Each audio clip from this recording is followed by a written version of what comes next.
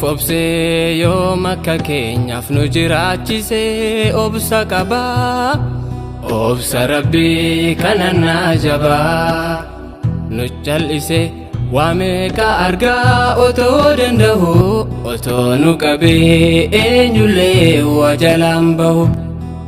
Akka namaa miti gootaan hin jarjaru inuma beeka waan khalqiin itti jiru.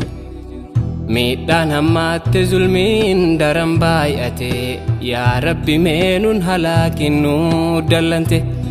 Akka badii teenya yoo ilaalle silaan jiraannu dachiisaarra deemne. Akka badii teenya yoo ilaalle silaan jiraannu dachii keerra deemne. Rahmaanu kiyyaa akka badii teenya laalinii yaa Rabbi gooyta nu araarami.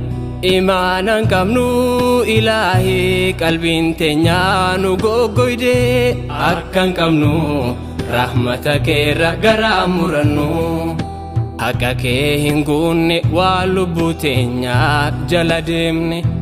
Amanne malee quraanaaf hadiisatti yoom hojjenne. Sunnaa nabiyyiirra tarkaanfanne akkan qabnu rahmata keerra garaa murannu.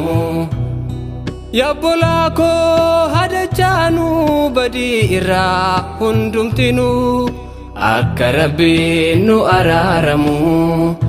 Yabbolaa koo hadachaanu badii irraa hundumtinu akka Rabbiin nu araaramu.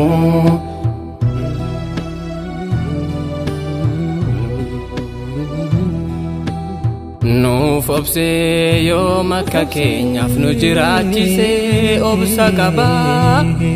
Obsa Rabbii kanannaa jabaa.